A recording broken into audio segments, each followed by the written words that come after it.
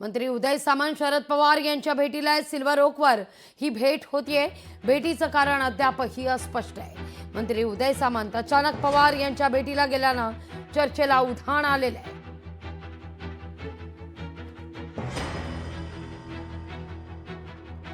या घडीची महत्वाची बातमी आपण पाहतोय. मंत्री उदय सामंत शरद पवार यांच्या भेटीला पोहोचणार आहेत. सिल्वर ओकवर ही भेट होणार आहे.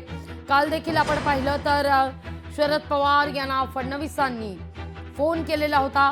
उपराष्ट्रपती पदाच्या निवडणुकी संदर्भात पाठिंब्याकरता सध्या संवाद साधला जातोय, ज्यावर खासदार संजय राऊत यांनी देखील भाष्य केलेलं होतं.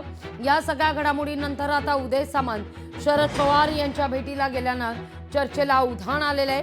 नेमकी सिल्वर ओकवर काय चर्चा होणार याविषयी मात्र तर्कवितर्क लढवले जात आहेत.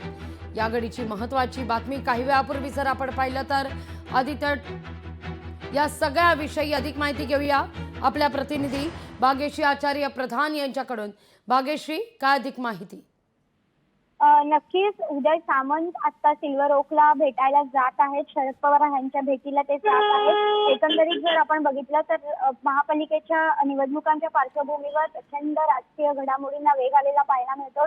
नेमकं उदय सामंत शरद पवार यांना भेटीला का जात आहेत हे खरं तर गुलदस्त्यात आहे. मात्र याआधी देखील आपण बघितलंय की उदय सामंत सातत्याने सर्वच विरोधी पक्षातील नेत्यांच्या देखील भेटी घेत असतात. राज ठाकरेंकडे देखील ते वारंवार गेलेले याआधी आपण पाहिलेले आहेत. आज ते शरद पवारांकडे जातात. नेमकं याचं कारण काय आहे हे अद्याप गुलदस्त्यात असलं तरी आपण जर बघितलं तर उपराष्ट्रपती पदासाठी CP राधाकृष्णन महाराष्ट्राचे जे राज्यपाल होते त्यांची नियुक्ती जी आहे ती झालेली पाहायला मिळते एकंदरीत इलेक्शनसाठी.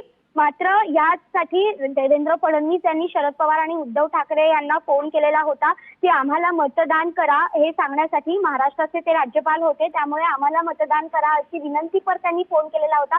आणि त्यानंतर आज उदय सामंत यांचं शरद पवार यांच्याकडे जाणं हे अत्यंत महत्वपूर्ण बघितलं जात आहे.